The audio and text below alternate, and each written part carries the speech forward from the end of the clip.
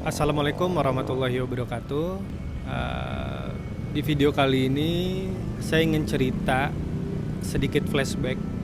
Suatu hari ada seorang ibu-ibu, beliau janda, datang ke kantor Izi dan cerita kalau anaknya tidak mau lagi sekolah. Setelah kita gali, ternyata ibunya cerita anaknya adalah korban pembulian di sekolah. Anaknya itu baru kelas 2 SD, anaknya 3 orang, satu kelas 5, kelas 2, dan kelas 1. Nah yang dibully ini kelas 2 SD. Mirisnya pembulian itu diterima oleh anak ini hanya karena dia tidak punya sepatu yang layak untuk pergi ke sekolah. Sedih gak tuh dengernya? Ada seorang anak kecil kelas 2 SD, dia ingin pergi sekolah dan ingin belajar, ingin mencoba merakit mimpi-mimpi yang mungkin selama ini dia lihat di masa depannya ada harapan, tapi ternyata di lingkungan itulah dia menemui sebuah pembulian. Di momen yang lain saya ketemu lagi dengan ibu-ibu yang datang ke kantor Izi, anaknya tuh malu pergi ke sekolah. Kenapa? Karena dia tidak punya seragam.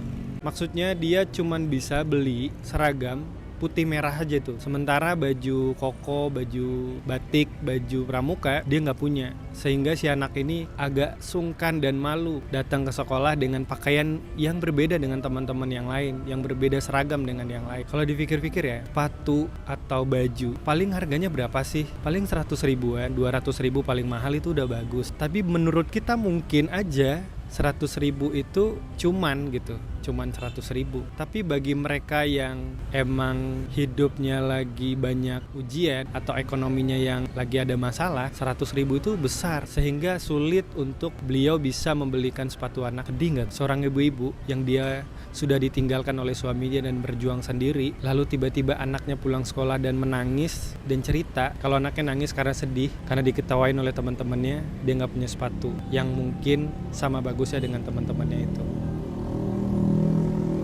Sejak saat itu saya tuh jadi kebuka gitu pandangannya, ternyata hal-hal yang kayak tadi itu kadang-kadang kita lupa gitu, kadang-kadang kita abai gitu ya, ngelihat di sekeliling kita ternyata banyak loh mereka-mereka yang ngebutuhin gitu.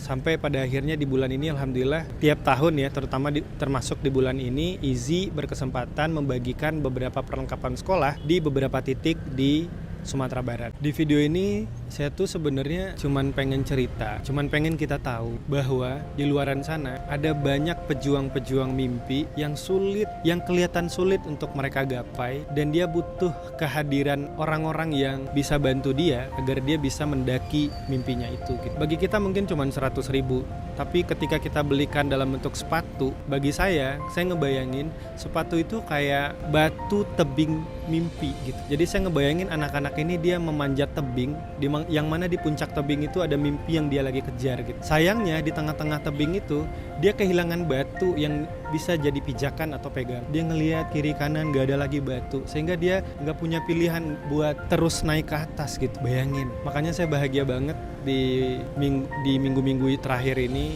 tanggal 8 Agustus kemarin, kemudian minggu lalu juga kita udah menyalurkan di beberapa titik dalam bentuk sepatu, seragam, dan tas gitu ya. Ya mungkin bagi kita nggak sebegitu besarnya, tapi bagi mereka itu adalah sebuah batu yang kemudian dia temukan di tengah-tengah tebing yang dia lagi panjat, dan dia bisa mendaki lebih tinggi lagi. Mudah-mudahan setelah ini di bulan-bulan selanjutnya kami di Izi selalu punya kesempatan, selalu Allah berikan kemudahan, kelancaran untuk hadir di tengah-tengah adik-adik pejuang tadi, anak-anak kita yang lagi berjuang mencapai cita-citanya yang mungkin saja dia pun gak tahu di atas itu apa, tapi dia percaya di atas itu adalah sesuatu yang harus dia kejar.